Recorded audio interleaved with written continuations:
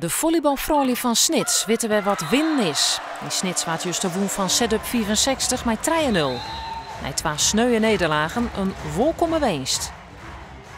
Na Wazi en na het oude in de weekend van de beker is dit wel even lekker afsluiten, ja. Petra Groenland is er van de week in slag haar ploeg naar die 2 dompers weer bij de les te krijgen. Ja, door heel hard te trainen, niet echt de mensen relatief rustig gunnen om niet te gaan nadenken. Ik denk dat ik dat wilde voorkomen, want dan gaat het ook in de kopjes zitten.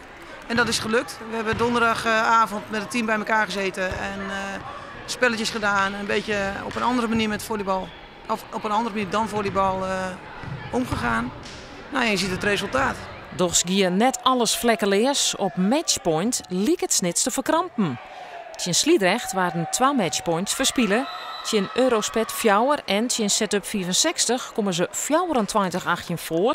Maar waard pas het 6e matchpoint verzilveren. Ja, dat is wel heel apart. Krijg dat, ja, misschien wordt de druk dan wat heger. En, maar ja, hoe kan het? Het is de een naar de ander die dan even net een foutje maakt en net niet de goede keuze maakt.